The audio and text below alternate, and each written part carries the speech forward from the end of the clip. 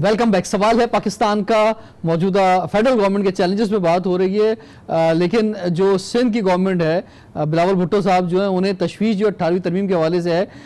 ناظر میں آپ سے جاننا چاہوں گا بھائی کہ یہ جو تقریریں کرنا ہے کہ جناب یہ 18ویں ترمیم کے خلاف بات کی گئی یا کچھ کیا گیا تو لانگ مارچ کریں گے, اس سے بہتر کہیں یہ نہیں ہوگا کہ آپ کو جو فیسیلٹی اپرچونٹی 18ویں ترمیم کی صورت میں ملی ہوئی ہے, ریسورسز ملے ہوئے ہیں, فائنینشلی اختیارات, ساری چیزیں ملی ہوئی ہیں, آپ تو لوکل گورنمنٹ کو بھی کچھ نہیں دے رہے, اس کے بھی آپ نے سارے قبضے کیے ہوئے ہیں, تو یہ سارے جو ریسورسز موجود ہیں اس سے کچھ ڈیلیور کر لو بھائی, سندھ کو کچھ دے دو, سندھ کو کچھ مل جائے, یہاں پہ حالات بہتر ہو جائیں, پانی, بجلی, چلے بجلی تو پرائیویٹ معاملہ ہو گیا, سیوریج, سڑکیں, ٹرانسپورٹ کا بہت برا حال, خاص طور پہ کراچی کے اندر, کچرا, ہر چیز, ہر اختیار آپ کے پاس ہے, صحت, تعلیم, کسی بھی شعبے کی طرح چلے جائیں, تو کوئی ڈیلیور کرنے کا بھی پروگرام ہے, یہ بتائیں. رضوان بھائی جتنا آپ نے ٹائم لیا سوال کے لیے, آئی ہوپ آپ مجھے ٹائم اتنا ہی دیں گے آنسر کے لیے. لیکن سب سے پہلی بات تو یہ ہے کہ صرف ہم 18ویں ترمیم کی بات نہیں کر رہے ہیں, ہم ہیومن رائٹس کی ایشوز کی بھی بات کر رہے ہیں, ہم ڈیموکریسی کی بھی بات کر رہے ہیں, ہم اس کے علاوہ اکانومی کی بات کر رہے ہیں, ہم کسانوں کی بات کر رہے ہیں. اور آج تو بلاول بھٹو صاحب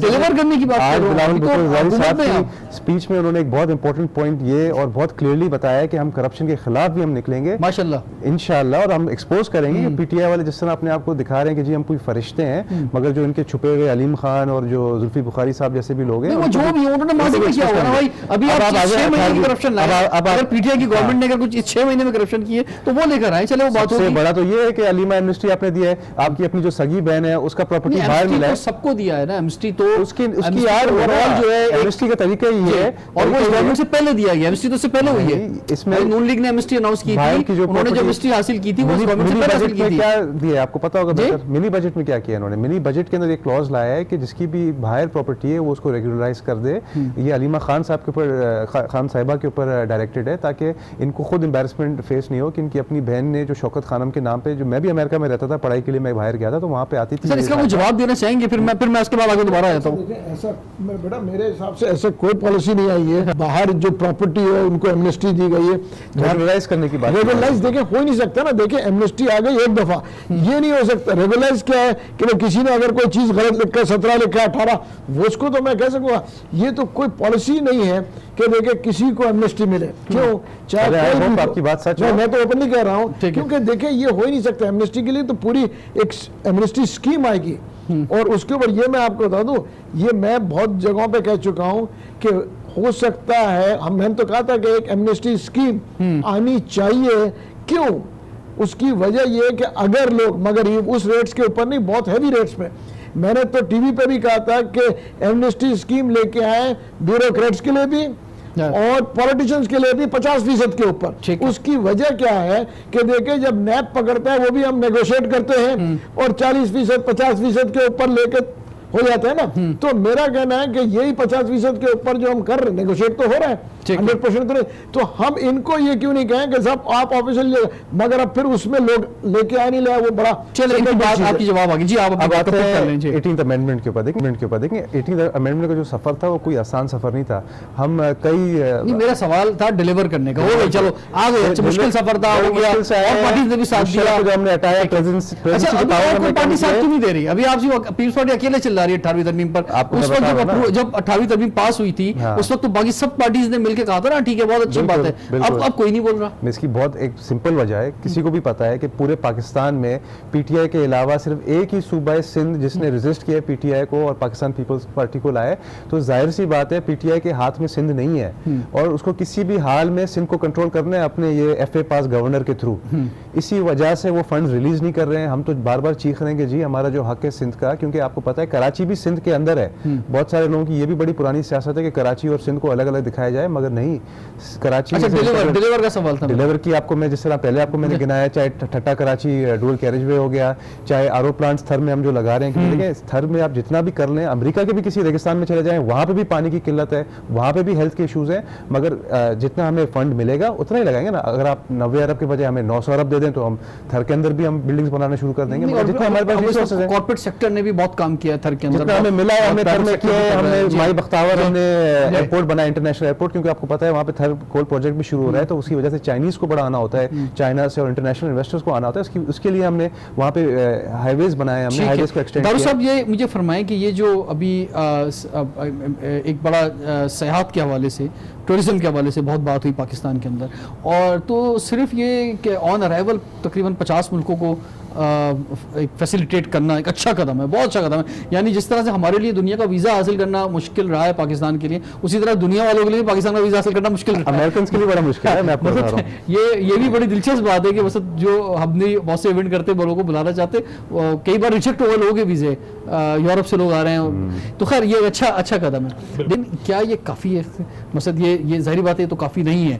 ایک تو سب سے پہلے لا اینڈ آرڈر کی سچویشن, اس کے بعد جو فیسلٹیز پاکستان میں ایک ٹورسٹ کنٹری کے طور پہ ہونی چاہیے وہ بالکل بھی نہیں ہے. جو چیزیں آپ کس طرح سے دیکھتے ہیں, یہ بہت سارے ملک دنیا کے ایسے ہیں جن کی پوری انڈسٹری, پورا ریونیو صرف ٹورزم پہ چل رہا ہے, اور پاکستان ان سے کہیں زیادہ خوبصورت ہے, کہیں زیادہ بڑا ملک ہے, پاکستان میں زیادہ اپورچونٹی ہے. لیکن آپ کیا سمجھتے ہیں اس میں کیا اقدام ہونے چاہیے؟ دیکھ, یہ حکومت کا کام نہیں ہے, یہ پرائیویٹ سیکٹر کا کام ہے. جب تک پرائیویٹ سیکٹر یہاں پہ انویسٹ نہیں کرے گا, آپ کو اچھی فیسلٹیز نہیں دے گا. حکومت نے تو یہ فیسلٹی دے دی کہ انہوں نے کہا کہ آپ موسٹ ویلکم, آپ آ جائیں. اب یہاں پہ جو آئے گا, حالات بھی پہلے سے بہت بہتر ہو گئے, لیکن کیا اس کی لیول کا سوات میں کوئی اس سٹینڈرڈ کے جو ہے وہ اچھے ہوٹلز ہیں ان کے رات ٹھہرنے کے؟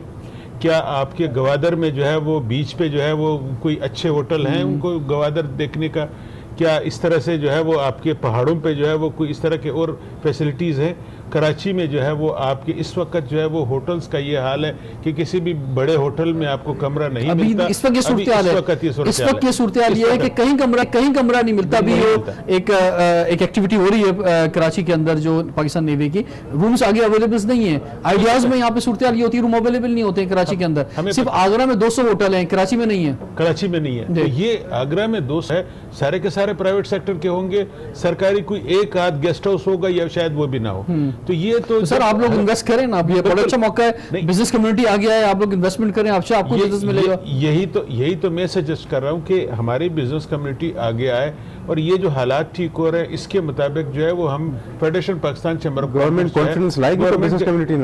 کے ساتھ مل کے ہماری جو ہے وہ موجودہ حکومت سے بات بھی ہوئی ہے. انہی کی اس کے لیے جو ایک سجیشن آ رہی ہے نا وہ یہ کہ مختلف جگہوں پر زمین جو ہے وہ سستی یا قسطوں پر دی جائے, جو سجیشن آ رہی ہے, تو اس پر پھر یہ ہوگا کہ آپ لوگ اس پہ. بات یہ ہے کہ اس وقت جو کراچی جو بلڈنگ کنٹرول اتھارٹی نے جو سپریم کورٹ کے حکم پہ جو آرڈر جاری کیا تھا, اس میں بھی ایشو یہ آیا ہے کہ جو اینڈ کر رہا ہوں, کچھ کہنا چاہیں گے لاسٹ میں اختتام کر رہا ہوں, مولوی صاحب کچھ کہنا چاہیں گے؟ میں دیکھیں جو دارو خان صاحب بات کر رہے ہیں نا, پرائیویٹ سیکٹر آئے گا, اور پرائیویٹ سیکٹر عوام سے کچھ کہنا چاہیں گے آپ پاکستان تحریک انصاف کی جانب سے؟ میں عوام سے یہ کہنا چاہوں گا کہ دیکھیں یہ اس وقت لینڈ آف اپرچونٹی ہے, اور آ کے پاکستان میں انویسٹ کرے پاکستانی, یہ فیوچر ہم بہت برائٹ نظر آ رہا ہے.